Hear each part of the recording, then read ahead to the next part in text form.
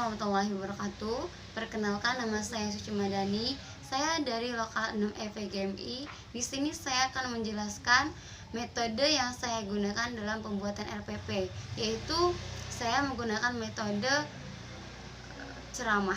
Di sini saya akan menjelaskan yang dimaksud dengan metode pembelajaran ceramah adalah penerangan secara lisan atas pembelajaran kepada sekelompok pendengar untuk mencapai tujuan pembelajaran tertentu dalam jumlah yang relatif besar.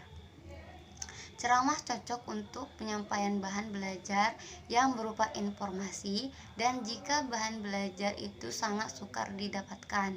Penggunaan metode ceramah sangat bergantung pada kemampuan guru. Penguasaan guru terhadap materi pembelajaran, kemampuan berbahasa, intonasi suara, dan variasi gaya guru dalam mengajar tersebut sangat berpengaruh dalam metode ini. Langkah-langkah yang digunakan dalam metode ceramah ini adalah 1. Tahap persiapan. 1. Menetapkan kompetensi daya yang akan dicapai. 2. Mengorganisasikan isi materi pokok yang akan diceramahkan sekaligus penguasaannya. 3. Mempersiapkan alat bantu untuk memperjelaskan materi yang diceramahkan tahap awal ceramah atau pengantar. Yang keempat, menciptakan hubungan dengan peserta didik, misalnya perkenalan bagi guru-guru, guru baru, cerita hangat, dan menginformasikan prosedur ceramah. Menggunakan metode ceramah itu membutuhkan beberapa tahapan, yaitu tahap pertama yaitu tahap persiapan. 1. Menetapkan kompetensi dasar yang akan dicapai. 2. Mengorganisasikan isi materi pokok yang akan diceramahkan sekaligus penguasaannya.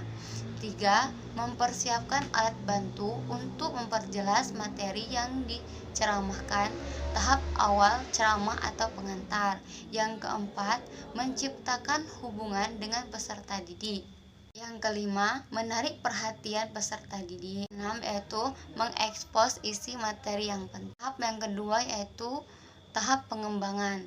Yang dimaksud dengan tahap pengembangan ceramah sebagai kegiatan ini ceramah yaitu penyajian materi yang telah diorganisasikan dengan mengemukakan 1.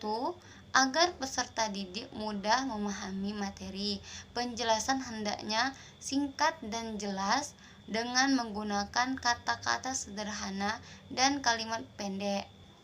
Sebagai visualisasi, gunakan papan tulis untuk mencatat penjelasan yang penting.